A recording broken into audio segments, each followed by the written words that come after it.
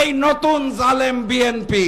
তাহলে ক্ষমতায় আসলে পুরা দেশটা লুটে পুটে খাবে। সংগ্রামী সাথী এবং বন্ধুগণ, আমাদের সামনে ট্রান্সপারেন্সি ইন্টারন্যাশনাল বাংলাদেশের একটি রিপোর্ট এসে পৌঁছেছে।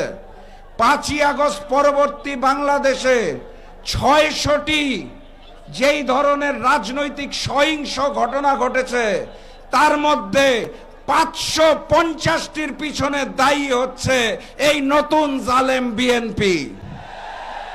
এই রিপোর্ট আমরা বানাই নাই।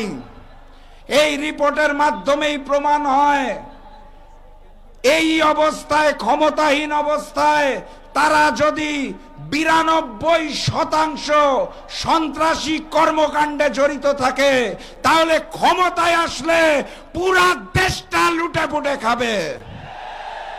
আমরা কি সেই বাংলাদেশ চাই?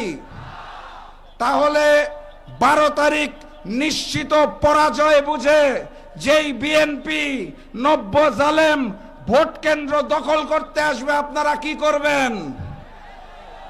প্রতিরোধ করা যাবে?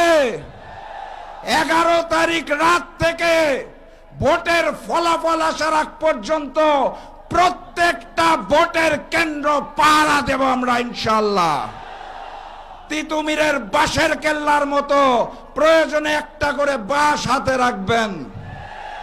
সর্বশেষ কথা, এই এলাকার মা বোনদের উপর যদি অত্যাচার করা হয়, আমার যুবক ভাইরা কি ঘুমিয়ে গেছে? শহীদ ওসমান হাদির ভাইরা ঘুমিয়ে গেছে? মা বোনের ইজ্জতের দিকে যারা তাকাবে, ওখানেই তাদের কালো হাত ভেঙে গুড়িয়ে দেবেন। মামলা করতে হলে বলে দেবেন হুকুম দিয়েছে রাশেদ প্রধান, আমাদের কোনো দায় নাই।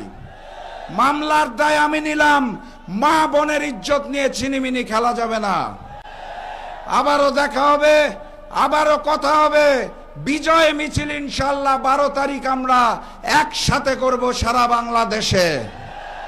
বিজয় মিছিলের স্লোগানটা ধরুন, এটা বলেই বিদায় নেই, নারায়ে তাকবীর, নারায়ে তাকবীর, নারায়ে তাকবীর। দেখা হবে বিজয় ইনশাআল্লাহ।